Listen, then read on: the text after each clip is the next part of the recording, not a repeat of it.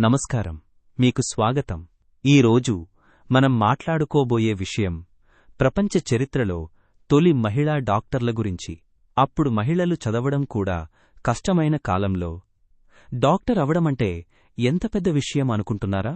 ఆలోచిస్తున్న ముఖమైతే వాళ్ల కథలు మీకు ప్రేరణ ఇస్తాయి.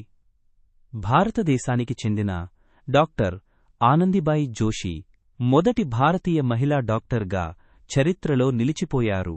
భారతదేశం అప్పుడు అమ్మాయిలు చదవడం కూడా సమాజం అంగీకరించని రోజుల్లో ఆమె అమెరికా వెళ్లి మెడిసిన్ చదివి అందరికీ ఆదర్శంగా నిలిచింది.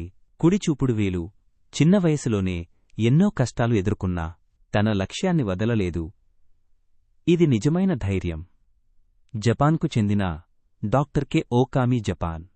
ఆమె కూడా విదేశాలకు వెళ్లి మెడిసిన్ చదివి జపాన్లో మహిళలకు వైద్యరంగంలో మార్గం చూపింది.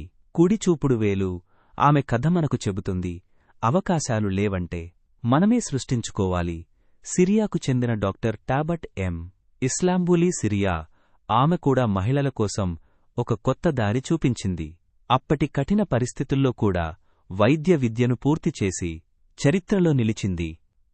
కుడిచూపుడు వేలు ఆమె ఒక సందేశం. పరిస్థితులు కష్టమైనా సంకల్పం బలంగా ఉంటే ఏదైనా సాధ్యం. ఈ ముగ్గురు మహిళలు మనకు నేర్పింది ఒక్కటే: కుడిచూపుడు వేలు కలలు కనడం కాదు, వాటిని సాధించడం ముఖ్యం. మహిళలు ఏ రంగంలోనైనా ముందుకు వెళ్లగలరని వారు నిరూపించారు. మీకు ఈ కథ నచ్చితే కుడిచూపుడు వేలు ఈ పాడ్కాస్ట్ని షేర్ చేయండి.